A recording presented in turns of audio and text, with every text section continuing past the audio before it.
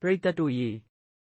မနေ့ညနေကကစားခဲ့တဲ့ရှမ်းယူနိုက်တက်နဲ့ရန်ကုန်ယူနိုက်တက်တို့ရဲ့ပွဲစဉ်မှာတော့ဘောလုံးပွဲထက်ပိုတဲ့ရုပ်ဆိုးကြီးတန်းတဲ့ဖြစ်ရပ်တစ်ခုဖြစ်ပွားခဲ့ပါတယ်။ဒါကတော့ရန်ကုန်တိုက်စစ်မှုကောင်းစီသူတယောက်ပြင်းထန်တဲ့ဦးခေါင်းဒဏ်ရာကြောင့်ဆေးရုံတင်လိုက်ရတဲ့သတင်းပဲဖြစ်ပါတယ်။ပွဲကစားချိန်အတွင်းကွင်းလယ်နားမှာအပေါ်ကကျလာတဲ့ဘောလုံးကိုကောင်းစီသူထိန်းဖို့ကြိုးစားနေစဉ်မှာပဲရှမ်းကစားသမားမတ်ဆာကီဟာသူ့ရဲ့ခြေထောက်ကိုအမြင့်အထိမြှောက်ပြီးကောင်းစီသူရဲ့မျက်နှာကိုတိုက်ရိုက်ရည်ရွယ်ချက်ရှိကန်ခဲ့တာပါ။ဒီဒဏ်ရာဟာတာမန်မဟုတ်ပဲပွဲအပြီးမှာကောင်းစီသူဟာမူးဝေအော့အန်လာတာကြောင့်အရေးပေါ်ဆေးရုံတင်ခဲ့ရပါတယ်။လက်ရှိမှာတော့ CT စကင်ရိုက်ပြီး24နာရီစောင့်ကြည့်စစ်ဆေးမှုတွေပြုလုပ်နေရသလိုဦးနှောက်နဲ့အာရုံကြောပိုင်းဆိုင်ရာစိုးရိမ်ရတဲ့အခြေအနေကြောင့်ပရိသတ်တွေကလည်းဆုတောင်းပေးနေကြပါတယ်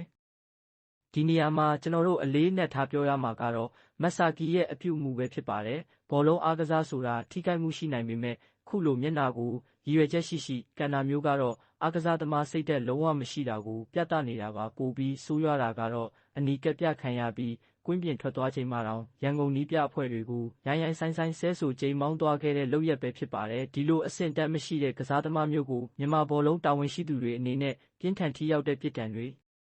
ချမှတ်ဖို့လိုအပ်နေပါပြီ။နောက်မှဒီလိုကိစ္စမျိုးတွေထပ်မဖြစ်အောင်တာမန်ပွဲပယ်ပြစ်ဒဏ်ထက်ပိုတဲ့အရေးယူမှုမျိုးပြုလုပ်သင့်ပါတယ်။တကယ်တော့ဒီပွဲဟာမြန်မာလိဂ်ရဲ့ထိပ်တန်းအသင်းကြီးနှစ်သင်းထိပ်တိုက်တွေ့တဲ့ပွဲပါ။ဒါပေမဲ့ကွင်းထဲကကစားပုံတွေကတော့မြန်မာဘောလုံးအဆင့်အတန်းဘယ်လောက်ထိနိမ့်ကျသွားပြီလဲဆိုတာကိုသက်သေပြနေတယ်လို့ပါပဲ။ဘောလုံးအတတ်ပညာနဲ့ရှင်ပြိုင်တာထက်မလိုအပ်ဘဲကြမ်းတမ်းတဲ့ကစားဟန်တွေအဝါကတ်တွေပလူပြန်နေတဲ့မြင်ကွင်းတွေကကြည့်ရှုသူပရိသတ်တွေကိုစိတ်ပျက်စေခဲ့ပါတယ်။